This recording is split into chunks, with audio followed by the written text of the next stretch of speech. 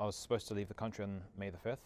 My mother came with me in the morning. We had a coffee, to say goodbye because I wasn't going to see her for a few months. And I checked in, and I went to the pre-departure where they check your boarding pass.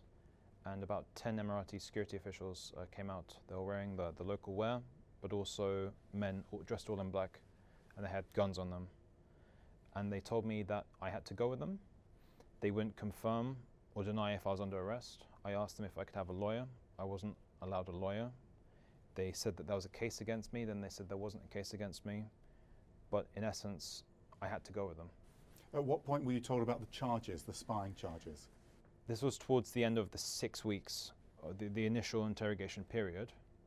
But I was told that because I had confessed, because I had signed all these documentation, because I had helped them with their investigation, that the worst that would happen was that I would just be deported. That they would try and smooth over the process, and this came from both the interrogators and the state prosecutor. They said, listen, I was lucky that I had told the truth, because if I hadn't, I would be in prison for 20, 30 years, which actually, ironically, is what I was charged with later in court. A couple of things we've been told by the UAE, if I could just put them to you. One of them was that you were using 2 different identities to gather information. In one was Maathio Hedges, the researcher, another was Maathio Hedges, the businessman.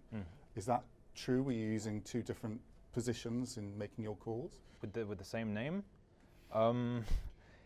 There were a number of different lines of work that I conduct. That's what, if you might do some moonlighting, you may do some other work. But I was simply in the UAE to conduct my research for my PhD. They said you did have a lawyer as well. They contradict what you say about whether or not a lawyer was with you, helping you with the documents, for example. That's a lie, sadly. I was given a lawyer for the defense in the court hearing, which happened in mid to late October. Apart from that, I wasn't allowed a lawyer at any other point in time.